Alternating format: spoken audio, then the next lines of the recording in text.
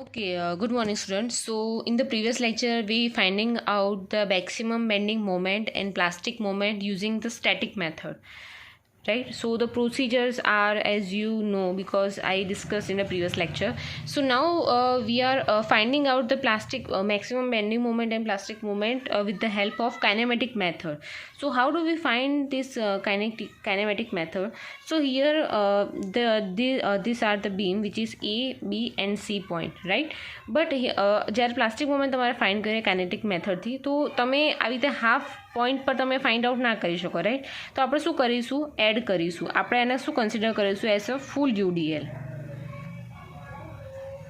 જો તો અહીંયા આપણે શું કરીશું? કોઈ આવી રીતે ખ્યાલ આવ્યો? હું શું કહું છું? કોઈ બી આખા એક બીમ હોય અને એમાં એક હાફ આપેલી હોય તો એને તમે કાઇનેટિક મેથડ ફાઇન્ડ ના કરી શકો. એની માટે શું હોવું જોઈએ? તમારો યુડીએલ ફૂલ તમે અઝ્યુમ કરો, રાઈટ? સો આપણે શું કર્યું? એક અહીંયા એડ કર્યો, રાઈટ? એડ કર્યો. હવે આપણે જોવા જઈએ તો આપણે જોયું તો હાફ જ, રાઈટ? પણ આપણે કેલ્ક્યુલેશન માટે તો આપણે શું કરીશું? આ જે હાફ એડ કર્યો, બરાબર, તો એક્સ્ટ્રા યુડીએલ થઈ ગયો. હવે એનું સામે કાઢવો હોય તો આપણે શું પ્રોવાઈડ કરીશું? અહીંયા નીચે એનો ઓપોઝિટ યુડીએલ પ્રોવાઈડ કરીશું. તો આપણે શું કરીશું? ઉપરનો અને નીચેનો એક ઉપર પ્રોવાઈડ કરો, તેની ઓપોઝિટ ડિરેક્શનવાળો બીજો પ્રોવાઈડ કરો, તો એની રિએક્શન શું થઈ જશે? માઇનસ થઈ જશે, રાઈટ? તો આપણે એઝ યુઝ્યુઅલ જે આપણો ઓરિજિનલ હતો એ કન્સિડર થઈ જશે, રાઈટ?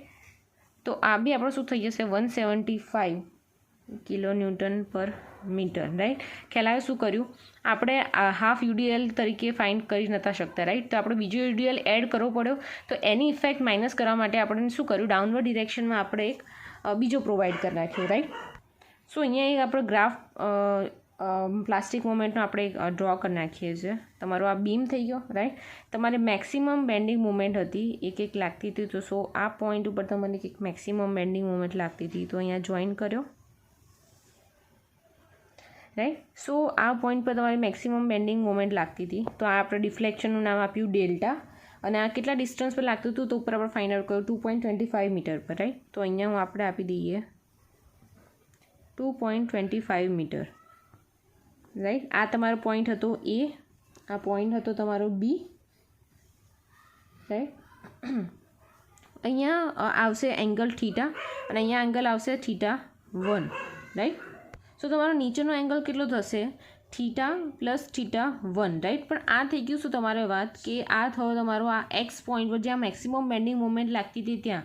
હવે આપણે શું પ્રોવાઈડ કર્યું છે? આ સી પોઈન્ટ ઉપર આપણે બીજો યુડીઆઈ પ્રોવાઈડ કર્યું. તો મતલબ સેન્ટર પોઈન્ટ પર તમારો બીજો મેક્સિમમ લોડ લાગતો હશે. તો એના લીધે તમારું જે ડિફ્લેક્શન આવશે એને તમે નામ આપશો Δ1. હવે એનું ડિસ્ટન્સ કેટલું હશે? તો Δ1 તો તમને ડિસ્ટન્સ ખબર જ છે, રાઈટ? કે આ હાફમાં ડિવાઈડ કરે છે. તો આનું ડિસ્ટન્સ કેટલું છે? 3 મીટર છે. તમને આ તો તમને ઓલરેડી ખબર છે, રાઈટ? ઓકે, સો આ ડિસ્ટન્સ છે તમારું 2.25 મીટર. તો ટોટલ ડિસ્ટન્સ છે તમારું 6 મીટર. તો 6માંથી તમે 2.25 બાદ કરો, રાઈટ? તો રિમેનિંગ ડિસ્ટન્સ જે આ વધતું તો એ કેટલું હશે? 3.75, રાઈટ? સો બધું જ ટર્મ તમને ખ્યાલ આવી ગયું કે તમે કાઇનેમેટિક મેથડમાં કેવી રીતે ફાઇન્ડ આઉટ કરશો. અહીંયા પ્લાસ્ટિક મોમેન્ટની વાત કરીએ તો પ્લાસ્ટિક મોમેન્ટ ક્યાં ક્યાં લાગશે? તો ઓબ્વિયસલી અહીંયા જે ફિક્સ સપોર્ટ છે અહીંયા એમપી, અહીંયા છે એમપી અને અહીંયા છે એમપી, રાઈટ? આ ત્રણ જગ્યાએ લાગશે કેમ કે અહીંયા મેક્સિમમ બેન્ડિંગ મોમેન્ટ લાગે છે. અહીંયા તમારા કેવા સપોર્ટ આપેલા છે? ફિક્સ સપોર્ટ આપ્યા છે, રાઈટ? હવે આ જે ટર્મ્સ જે આપી છે ડેલ્ટાની, Δ1ની, એ આપણે થોડી થીટા છે, θ1 છે, એ આપણે થોડું એડજસ્ટ કરી નાખીએ. કેવી રીતે આપણે લઈશું? સો ફર્સ્ટ આપણે વાત કરીએ ડેલ્ટા રિલેશનનું. તો ડિફ્લેક્શન કેટલું આવશે? તો ડિસ્ટન્સ મલ્ટીપ્લાય બાય એનો એંગલ. તો અહીંયા શું આવશે? Delta is equal two distance કેટલું છે? 2.25 મલ્ટીપ્લાય બાય એંગલ કેટલો છે આપણો? Theta, right? હવે વાત કરીએ એંગલ્સની, થીટા અને θ1ની, રાઈટ? તો અહીંયા આપણે કન્સિડર કરીએ છીએ 2.25 થીટા.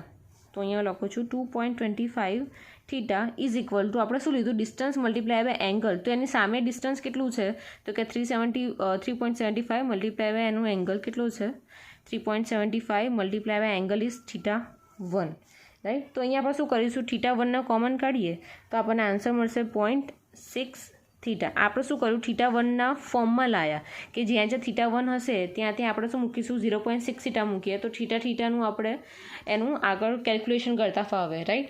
બંને અનનોન હશે θ અને θ1 તો આપણે એને કન્વર્ટ કરતા ફાવશે નહીં એટલે આપણે શું કરી નાખ્યું એને સિમ્પલી કન્વર્ટ કરી નાખ્યું θ1નો જે આન્સર આવશે એને આપણે શું કન્વર્ટ કરી નાખીશું થીટામાં રાઈટ. સો ફર્સ્ટ આપણે ફાઇન્ડિંગ આઉટ કરીશું ઇન્ટરનલ વર્ક ડન. સો અહીં લખું છું ઇન્ટરનલ વર્ક ડન.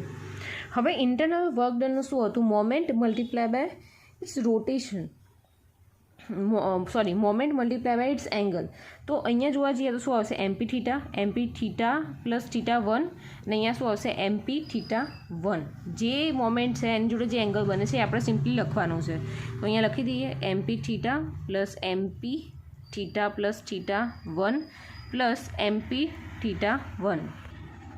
તો હવે આપણને એમપી થીટા એમને રાખવાના છે રાઈટ. અહીંયા બી શું રહેશે એમપી. હવે અહીંયા શું કરીશું આપણે થીટા તો ઓલરેડી એઝ ઇટ ઇઝ જેવા છે આપણે રહેશે પણ θ1ને આપણે થીટાના ફોર્મમાં આપણે કન્વર્ટ કર્યું કેટલું છે 0.6 થીટા તો આપણે મૂકી દઈશું તો આપણને એક્ઝામ્પલ કરવામાં ઇઝી રહે. તો એમપી અહીંયા 0.6 થીટા તો અહીંયા તમારો આન્સર આવશે 3.2 એમપી ઇન્ટુ થીટા. તો આવ્યું first equation which is internal work done right. હવે આપણે શું ફાઇન્ડ આઉટ કરીશું ડેલ્ટા અને Δ1નું રિલેશન રાઈટ. તો ડેલ્ટાનું ડિસ્ટન્સ કયું છે 3.75 divide by delta is equal to 3 divide by Δ1. તો અહીંયા લખી દઈશું જ્યાં જે ડિફ્લેક્શન આવતું હોય સપોઝ અહીંયા ડેલ્ટાનું રિલેશન છે અને અહીંયા Δ1 છે તો ડિસ્ટન્સ કેવી રીતે લઈશું તો કે Δ1નું ડિસ્ટન્સ અહીંયાથી 3 મીટર છે અને બીજું ડિસ્ટન્સ કેટલું છે અહીંયા 3.75. તો અહીંયા લઈશું આપણે delta divide by 3.75 deflection divide by distance right. અહીંયા Δ1 ડિવાઇડ બાય અહીંયા 3. તો અહીંયા આપણે શું કરીશું Δ1ને કન્વર્ટ કરીશું ડેલ્ટાના ફોર્મમાં તો અહીંયા આન્સર તમને મળશે 0.8 ડેલ્ટા. આ યાદ રાખવાનું રાઈટ. જ્યારે તમે કન્વર્ટ કરો છો કેમ કન્વર્ટ કરો છો સિમ્પલી એને ડેલ્ટાના ફોર્મમાં ફેરવી શકો અને એટ ધ એન્ડ જ્યારે તમે આન્સર લાવો છો ત્યારે તમને આવી રીતે સિમ્પલી એક પ્યોર ફોર્મમાં તમને એક આન્સર મળે તમારો રાઈટ. સો વાત કરીએ એક્સટર્નલ વર્ક ડનની. સો એક્સટર્નલ વર્ક ડનની ઇક્વેશન શું છે જે એક્સટર્નલી લોડ લાગે છે એ load multiply by its deflection એ લોડના લીધે જે ડિફ્લેક્શન લાગે છે એ રહ્યું right. So first of all we talking about the 170. હવે અહીંયા શું છે આપણો એક આખો યુડીએલ કન્સિડર કર્યો છે રાઈટ અને બીજો શું અહીંયા એક ઓપોઝિટ ડિરેક્શનમાં હાફ યુડીએલ પ્રોવાઈડ કરી નાખ્યું છે કેમ કારણ કે બેની ઇફેક્ટ માઇનસ કરવા માટે. હવે આપણે શું કરીશું એક્સટર્નલ લોડ લાગે છે તો અહીંયા બી લાગે છે 175 કિલો ન્યૂટન પર મીટરનો રાઈટ. તો આખો જ કેટલો થઈ ગયો 175 થઈ ગયો તો 175 મલ્ટીપ્લાય બાય ટોટલ ડિસ્ટન્સ કેટલું છે multiply by 6 divide by 2 right. So basically આપણે કન્સિડર કરીએ છીએ રાઈટ આ બટ અહીંયા આપણે કેસ શું છે આપણી પાસે બે ડિફ્લેક્શન છે એક ડેલ્ટા છે એક Δ1 છે રાઈટ. તો આપણે શું કન્સિડર કરવાનું છે આપણે કન્સિડર કરીએ છીએ ટોટલ ડિસ્ટન્સ 6 પણ એના લીધે આપણું ડિફ્લેક્શન જે અપવર્ડ જે આપણે જે લોડ લાગે છે એના લીધે ડિફ્લેક્શન અમે કેટલું કાઉન્ટ કર્યું છે એનું ડેલ્ટા રાઈટ. અને આ જે અપોઝિટ યુડીએલ આપ્યું છે એનું કન્સિડર કર્યું છે તમારું એનું ડિફ્લેક્શન Δ1. તો આપણે અહીંયા શું કરીશું 175 મલ્ટીપ્લાય બાય 6 તો લઈ લીધું પણ એનું જે ડિસ્ટન્સ ડિફ્લેક્શન ડિવાઇડ બાય 2 લઈએ છીએ રાઈટ. તો અહીંયા આપણે શું આવશે delta divide by 2 right minus શું થશે તો કે 175 જે આપણે લાગતું હતું એ મલ્ટીપ્લાય બાય આ ડિસ્ટન્સ આપણને 3 છે રાઈટ 3 ડિસ્ટન્સ મલ્ટીપ્લાય બાય એનું ડિફ્લેક્શન અહીંયા આવતું હતું તો Δ1 હતું રાઈટ. તો અહીંયા શું આવશે Δ1 ડિવાઇડ બાય 2 સિમ્પલ છે. હવે આપણે શું કરીશું 175 multiply by 6 multiply by delta divide by 2 minus 175 multiply by 3 Δ1નું ડેલ્ટામાં કન્વર્ટ કર્યું કેટલું છે 0.8 ડેલ્ટા આવ્યું ડિવાઇડ બાય 2. તો અહીંયા તમારો આન્સર તમે એને કન્સિડર કરશો. હવે પાછું આપણે શું જોઈએ છીએ ઇન્ટરનલ વર્ક ડન આપણને જે મળ્યું રાઈટ એ થીટાના ફોર્મમાં હતું તો આપણે શું કરવાનું હવે ડેલ્ટા તો મળી ગયું પણ ડેલ્ટાને આપણે થીટાના ફોર્મમાં કન્વર્ટ કરવું હોય તો આપણે સ્ટાર્ટિંગમાં જોવાનું આપણે ડેલ્ટાનું અહીંયા લખી હતું થીટાના ફોર્મમાં તો ડેલ્ટાની જગ્યાએ આપણે શું લખી શકાય 2.25 થીટા.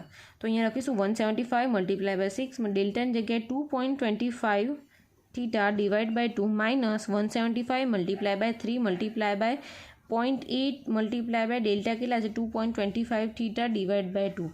હવે આનું તમે કેલ્ક્યુલેશન કરશો તમને કંઈક આન્સર મળશે 708.75 થીટા, આ તમારું શું મળી ગયું? External work done. તો એટ ધ એન્ડ આપણે શું કરવાનું છે? External work done is equal to internal work done, right? So external work ડનનો આન્સર હતો 708.75 theta is equal to internal work done હતું તમારું 3.2, રાઈટ? આ છે 3.2 MP ઇન્ટુ થીટા, રાઈટ? તો એ એમપીને કરતાં બનાવો તો તમારો આન્સર આવશે 221.51 કિલોન્યુટન ઇન્ટુ મીટર, રાઈટ? તો કમ્પેર કરવાનો આન્સર સ્ટેટિક મેથડથી અને કાઇનેમેટિક મેથડ. સ્ટેટિક મેથડમાં 221.5 આવે છે અને આમાં બી 221.5 આવે છે. મતલબ કે તમે જે મેથડ જે કન્સિડર કરી છે, જે સ્ટેટિક મેથડથી આન્સર લાવ્યા છો, જે તમે કાઇનેમેટિક મેથડથી આન્સર લાવ્યા છો, બંને સેમ આવે છે અને મતલબ કે તમારો જે કેલ્ક્યુલેશન્સ છે બધા એ બધા કેવા છે? સાચા છે. હવે જો અહીંયા ડિફરન્સ આવતો હોય બંને પ્લાસ્ટિક મોમેન્ટમાં, અહીંયા જે લીધી, અહીંયા જે ફાઇન્ડ કરી, એમાં જો ડિફરન્સ આવતો હોય એનો મતલબ શું થશે? કે તમે કોઈ એક મેથડ જે છે એનું કેલ્ક્યુલેશન ખોટું કર્યું છે, રાઈટ? તો તમારે ફરીથી આખું એક્ઝામ્પલ કેલ્ક્યુલેશન કરવું પડશે. તો એ ના થાય એના કરતાં બેટર છે તમે શાંતિથી અને પ્રોપર તરીકે એક્ઝામ્પલ તમે કેલ્ક્યુલેટ કરો, રાઈટ? તો અહીંયા બ્રીફ એકવાર જોઈ લઈએ. સૌથી પહેલાં શું હતું? અહીંયા આપણને હાફ યુડીએલ પ્રોવાઈડ કર્યું હતું, પણ આપણું જે કેલ્ક્યુલેશન કરીએ છીએ, બરાબર, એમાં આપણે હાફ યુડીએલ કેવી રીતે એની મોમેન્ટને એવું ફાઇન્ડિંગ કરી શકીએ, રાઈટ? તો એના માટે આપણે શું કર્યું? એક આખો યુડીએલ કન્સિડર કરી નાખ્યો, જેટલો એડ કર્યો એટલો માઇનસ કર્યો, તો એટલો ઓપોઝિટ ડિરેક્શનમાં પ્રોવાઈડ કરી નાખ્યો, તો બધું ઇક્વલ થઈ જાય, રાઈટ? તો મેક્સિમમ જ્યાં વેન્ડિંગ મોમેન્ટ લાગતી હતી ત્યાંનું ડિફ્લેક્શન આપણે કન્સિડર કર્યું ડેલ્ટા, અને જ્યાં સેન્ટર પોઈન્ટ હતો એનું ડિફ્લેક્શન કન્સિડર કર્યું Δ1. બંને સાઈડ એક વાર θ1 આવશે કારણ કે ડિસ્ટન્સમાં ડિફરન્સ છે, રાઈટ? સો પ્લાસ્ટિક મોમેન્ટ ક્યાં જનરેટ થશે? જ્યાં ફિક્સ મોમેન્ટ હશે, જ્યાં ફિક્સ બીમ હશે ત્યાં, અને બીજું જ્યાં મેક્સિમમ બેન્ડિંગ મોમેન્ટ લાગતી હશે ત્યાં. તો અહીંયા મૂકી દીધું internal work done, external work done find out કરી નાખ્યું અને બંનેને ઇક્વલ બંનેને સરખાઈ દીધા, રાઈટ? તો આ હતું તમારું એક્ઝામ્પલ જેમાં તમારો હાફ યુડીએલ આપ્યો હતો વિથ ફિક્સ બીમ, રાઈટ? તો એને આવી રીતે કેલ્ક્યુલેશન કર્યું છે. જો તમને આમાં કોઈ પ્રોબ્લેમ કે કોઈ બી કન્ફ્યુઝન તમને લાગતું હોય તો તમે મને કહી શકો છો.